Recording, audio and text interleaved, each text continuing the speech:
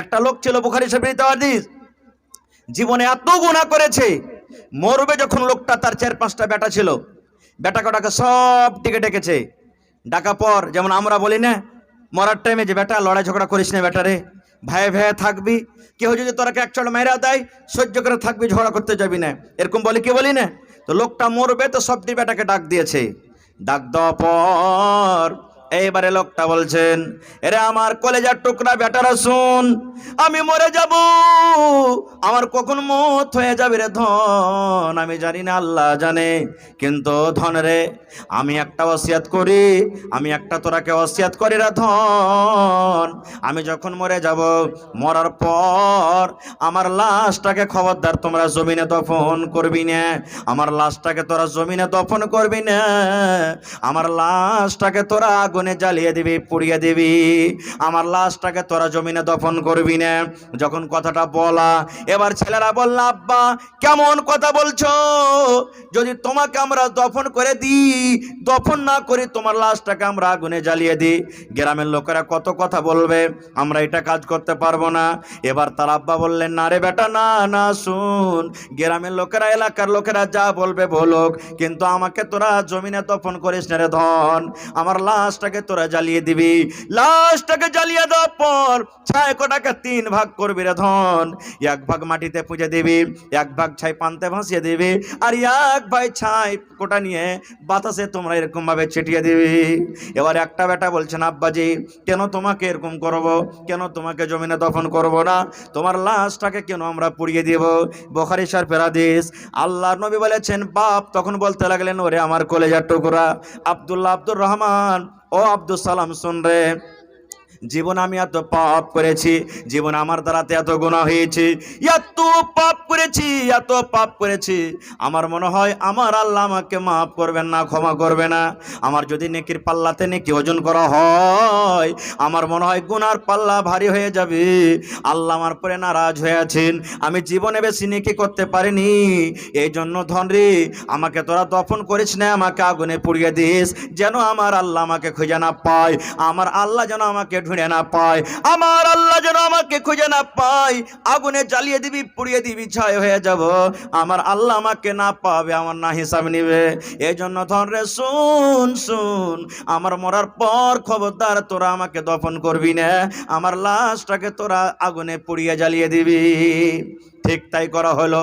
লোকটা যখন মরে গেল, তার ছেলেরা কাঠ জমা করলো, বাঁশ জমা করলো, লকড়ি জমা করলো, এবার তার বাপকে ওই আগুনের ভেতরে জ্বালিয়ে ফেলে দেওয়া হলো। আগুন জ্বলতে জ্বলতে জ্বলতে জ্বলতে তার বাপ পুড়ে পুড়ে পুড়ে পুড়ে কয়লার মতন ছাই হয়ে গেল।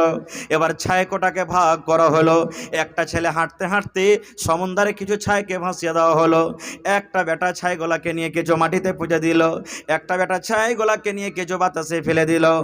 এই যখন হয়ে গেল, 3 জন বেটা 3টা কাজ করার পর বাড়ির দিকে রওনা হয়ে গেছে, বাড়ির দিকে রওনা হয়েছে। এবার আল্লাহ তাবারক ওয়া তাআলা বাতাসকে বলছেন, পানিকে বলছেন, আল্লাহ হাওয়াকে বলছেন, এবার বলেন তো আল্লাহ তার বাপকে জীবিত করতে পারবেন কি পারবেন না? জোরে বলেন, পারবেন কি পারবেন না? আল্লাহ কোরআনে বলছেন, ইন্নাল্লাহা আলা কুল্লি শাইইন কাদির, আল্লাহ রাব্বুল আলামিন প্রত্যেক জিনিসে কুদরত রাখনে ওয়ালা, আল্লাহ যা করবেন তাই হবে। এবার তার ছেলেরা বাড়ির দিকে রওনা হয়েছে। এবার তার ছেলেরা বাড়ি পর্যন্ত আসতে পারেনি। আল্লাহ রাব্বুল আলামিন বাতাসকে বলছে, বাতাস রে, তোর কাজ হলো একটা জিনিসকে অন্য জিনিস জায়গাতে নিয়ে চলে যাওয়া। বাতাস, আমি আল্লাহ আদেশ করি, ওই ছেলেগুলাকে তুই আমার সামনে হাজির কর। আল্লাহ মাটিকে বলছে, মাটি রে, তোর কাজ হলো পচিয়ে দেওয়া, সরিয়ে দেওয়া রে মাটি, ওই লোকটার ছায়াটাকে আমার সামনে করে দে। আল্লাহ পানিকে বলছে, পানি রে, তোর কাজ হলো বাইয়ে দেওয়া, তোর ভিতরে যেই ছায়াটাকে ডালা হয়েছে ওই ছায়াটা আমার সামনে হাজির করে দেয়। এবারে মাটি, পানি, হাওয়া সমস্ত জিনিস যখন ছাই এক জায়গায় জড়ো করে দিলেন, এবার আল্লাহ তাবারক ওয়া তাআলা ওই ছাইকে বলছেন, কোন কোন কোন, মানে হয়ে যাও, মানুষ হয়ে যাও, কোন তুমি হয়ে যাও। যেমনই কোন কথা বললেন, কোন মানুষ হয়ে গেল। এবার যখন মানুষ তার হয়ে গেল আল্লাহর সামনে। আল্লাহ রাব্বুল আমিন লোকটাকে বলছেন, বান্দারে কেন তুই এরকম কাজ করেছিস রে বান্দা, বল বল এই কাজটা তুই কেন করেছিস? তোর ছেলেরাকে দফন করতে না বলে তুই কেন তাকে জ্বালাতে বলেছিলি রে, বল। এবার সে লোকটা কানবে আর বলবে, রব্বুল আলামিন তোমার ডরে করেছি আল্লাহ, তোমার ভয়ে করেছি, আমার দ্বারাতে এত পাপ হয়েছিল, এত গুনাহ হয়েছিল আল্লাহ, তোমার সামনে হিসাব দিতে পারবো না বলে আল্লাহ এরকম কাজ করেছি। এইবার আল্লাহ রাব্বুল আলামিন বলবেন, বান্দারে মরারটা যাবে যখন তুমি তওবা করেছো, এত গুনাহ পাপ করার পর যখন তুমি অন্তর থেকে তওবা করেছো রে বান্দা, আমি আল্লাহ রাব্বুল আলামিন যাও যাও যাও তোমার জীবনের গুনাহকে মাফ করে আমি তোমাকে জান্নাতে ঘোষণা করে দিলাম। নারে তাকবীর। এক মিনিট, আর একটা হাদিস আপনাদের সামনে বলে দিই। আল্লাহ রাসূল বলেছেন, ইমরাতুন ফাহিশা, বেশ্যা নারী জেনা ব্যভিচার করে বেড়াইতো। ভালো করে শুনে হাদিসটা। একটা বেটি ছেলে জেনা করতো, রাস্তাতে হেঁটে চলে ইচ্ছে গরমের টাইম। এবার আগা জামানাতে কল ছিল না, ইন্দারাতে মানুষ পানি তুলতো। এবার দেখছে মেয়ে ছেলেটা হাঁটছে, রাস্তাতে হাঁটতে হাঁটতে যে একটা ইন্দারা আছে, ওই ইন্দারার পাঞ্জর পাঞ্জর একটা কুকুর ঘুরছে, জিভটা বের করে দিয়েছে কুকুরটা, কত যে পিপাসা লেগেছে, একবারে বড় বড় মোটা মোটা শ্বাস ফুলছে, জিভটা বের করে দিয়েছে, একবার কাদা চাটছে, মাটি চাটছে, পানি পান করবো বলে কুকুরটা ছটপট করছে। এবার ওই জেনা করে বেড়াতো মেয়ে ছেলেটা। এবার বলছে, আল্লাহ আমাকে যেমন পিপাসা লাগে, মানুষ পানি পান করার জন্য ছটপট করি, একটা কুকুর একটা জানোয়ার এখন তো পিপাসা লেগেছি, তো পানি উঠিয়ে খেতে পারবে না। এবার তখন বলছে কুকুরটাকে পানি পান করাবো, কি দিয়ে দিব?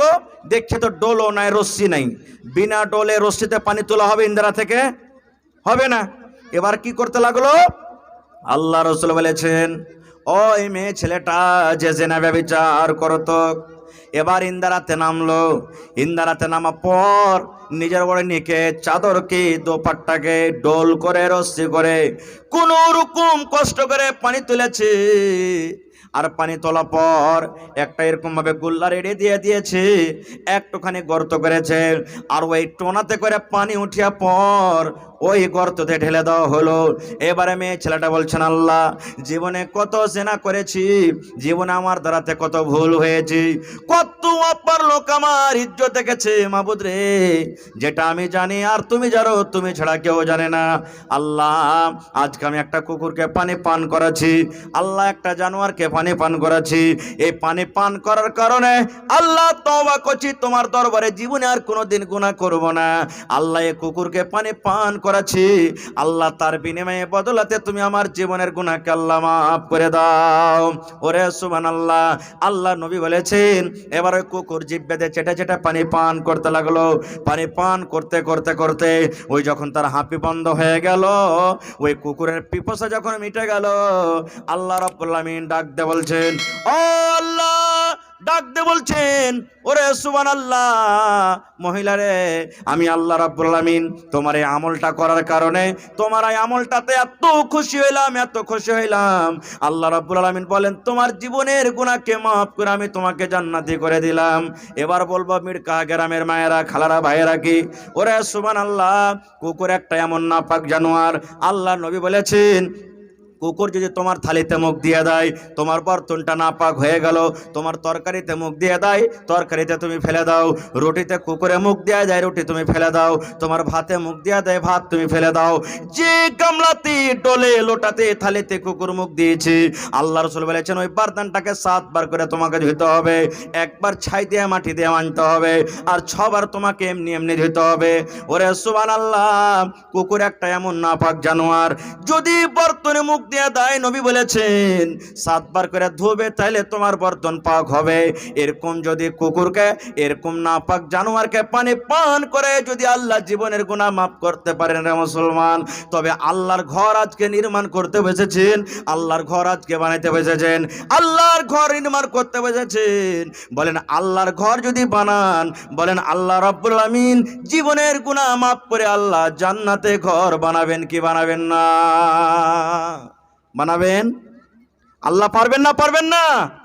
শুধু তা নয়, আল্লাহ রাসূল এলান করে দিয়েছেন 1400 বছর আগে, ও আমার উম্মতরা তোমরা শুনে নাও, মান বানা লিল্লাহি মসজিদান বানাল্লাহু লাহু বাইতান ফিল জান্নাহ। তুমি যত ভালো ভালো করে বাড়ি বানাও, আল্লাহ বাড়ির কথা বলেনি।